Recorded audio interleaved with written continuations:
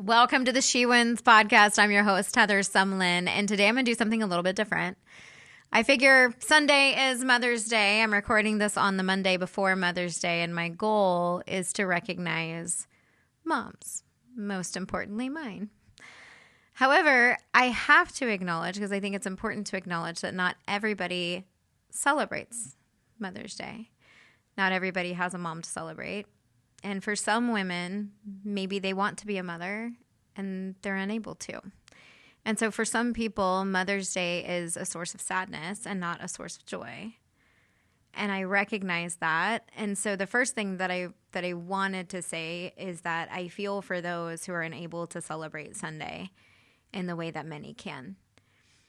And I wanted to offer maybe an opportunity to seek the women in your life who do invest into you, maybe not exactly as a mother would or could, but who invest into you in the best way that they can. So maybe it's a mentor, maybe it's a big sister, maybe it's an aunt, maybe it's a grandmother, but recognize that woman on Sunday if you're not able to recognize your own mom for whatever reason.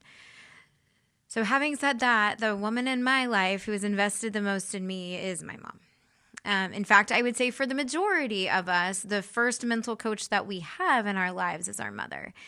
As someone who does mental coaching and interview coaching, and I work in sports where comparison is very prevalent, moms play a significant role in the development of the participants in which I work with.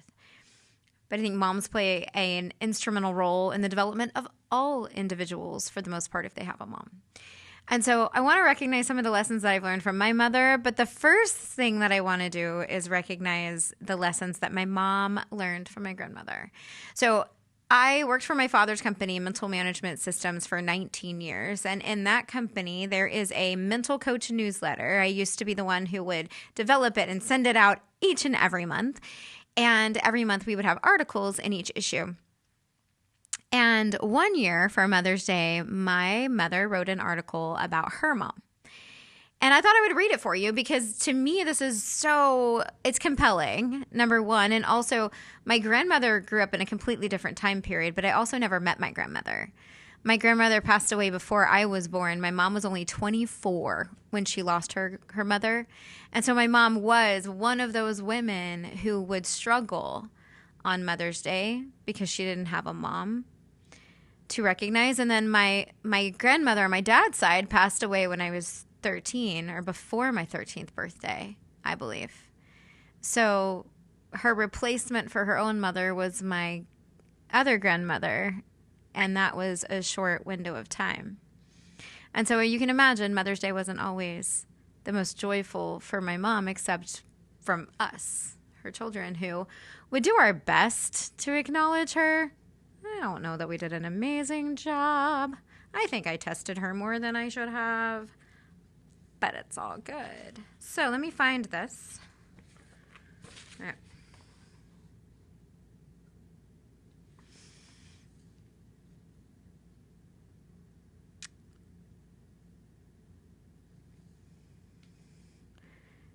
So this is based on a conversation that I had with my mom many years ago.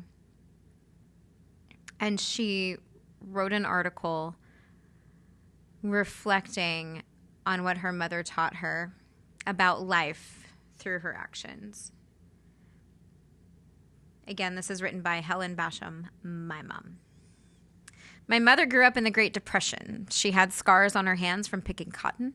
Her thumb was flat from being stepped on by a horse. All of her clothes were handmade and had already been worn out by her 2 older sisters. There were 10 kids in the family, and they all worked the fields. There was no technology, no iPod to listen to, no cell phone, no shopping on weekends for the best pair of jeans. All they had was a radio with a few stations and a local newspaper for entertainment. Sometimes she was mistreated by her siblings. They played mean tricks on her. Her helping for dinner was the neck of the chicken. With so many kids and only one chicken, how much meat can you possibly eat? The word share means something different today than it did when my mom grew up. Times were tough, yet she was always happy. She was always able to find the fun in life. She hid her sorrow from the world. We can live on less. We can be happy with less. My mother was living proof of this. My parents were married in February of 1938, and my brother was born in January of 1939. My mother's father banished her from the family for marrying someone outside of their religion. She had to sneak around to see her mom until her father died. World War II hit, and my father was drafted into the military at 26 years of age. My brother was very sick as a child and nearly died of pneumonia, which kept my father from being sent to fight overseas. However, my parents lived separate from each other for 3 years while my father served as an accountant in the military. My brother was diagnosed with epilepsy, which would make life challenging for any mother, especially back before medicine was readily available and while the disease was misunderstood. I remember having to stay with neighbors while my parents rushed my brother to the hospital, and I never realized the struggles as a kid. I was 16 before anyone told me why he was sick. She sheltered me from anything that would make me worry. The difference in the way my mother grew up and the way I grew up was night and day. Her challenges were tougher than mine, yet her zest and spark for life was undeniable.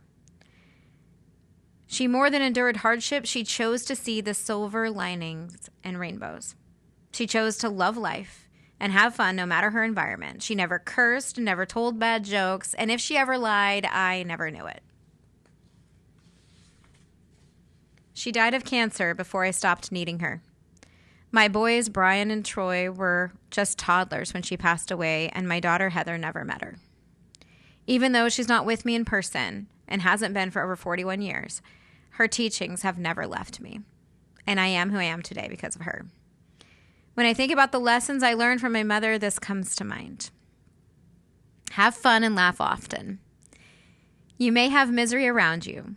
You may have a hard life and be scraping on the bottom of the barrel, but that doesn't mean you can't have fun and see the positive in the world around you. Watch your words.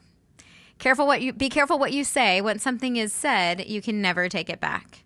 Be mindful of how those words make you appear to others, the images those words give to those around you and those who listen.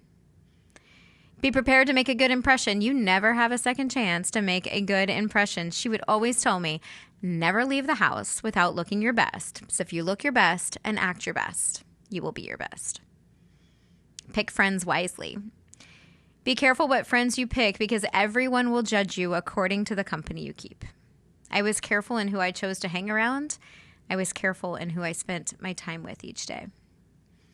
Respect others, especially your elders. You will not date a boy who honks his horn and expects you to come a-running. He will respect us as parents and come to the door to meet your father and myself. He will respect you at all times or he is never allowed in this home.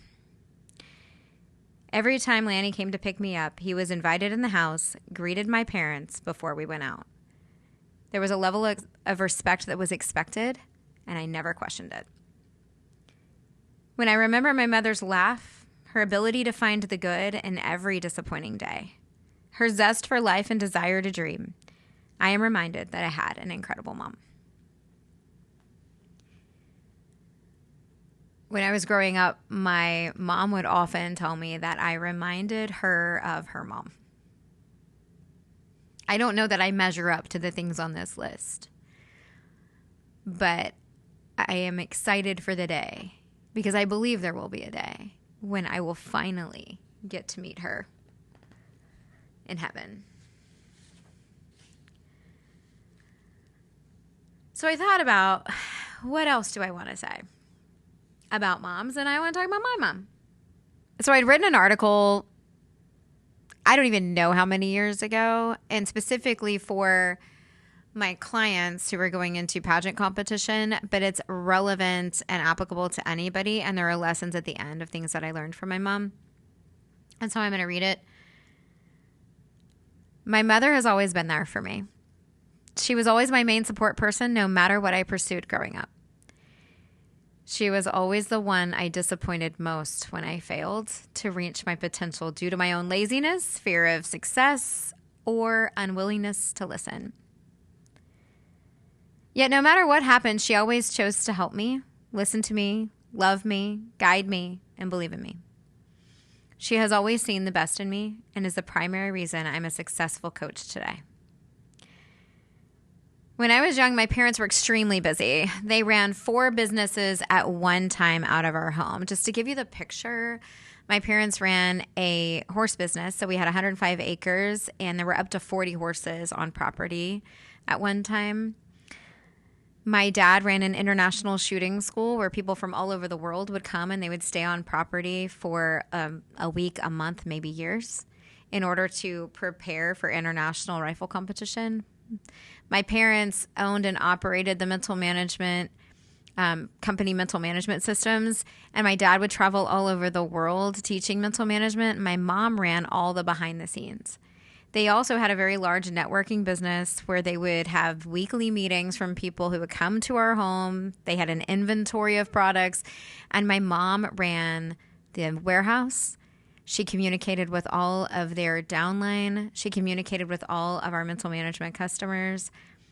She was the backbone of the business. She was the operations manager. She also plowed the fields, cleaned the house, cooked the food, and went to every single event that we did. So going back to my story. My father was often away speaking and teaching, so he missed many of my competitions and special events growing up. However, my mother always made those events. She made the events that mattered. She made time to attend everything she possibly could. It was important to her that I enjoyed each moment of those days. She was in the audience to cheer me on and oftentimes cheer me up after it was over. She held her tongue instead of yelling. She encouraged me when I was stressed because the time for correction was after the performance had ended. She never made me feel like I had to win or even focused on winning the day of competition. Thank you, Mom. She allowed me to enjoy the process. And even when I was tempted to talk negatively about myself or others, she would stop me and change the subject. I know she heard gossip from time to time, but I don't remember her getting involved or sharing any of those negative things with me. Looking back, I know I didn't always take full advantage of all the opportunities she made possible for me. I wasted time, I gave into laziness, I procrastinated, I lost much more often than I won. Even though I wasn't the victor at every competition, I always learned something about myself because my mother would have it no other way. Even when she was frustrated at me, she chose her words wisely. I knew when she was disappointed, and I was given correction by her, but never in front of others.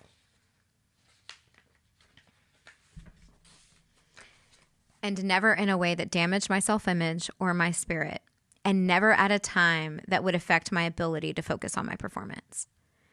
I'm motivated to help people reach their potential today because I know what it's like to have someone in my corner who sees the potential in me when I can't see it in myself.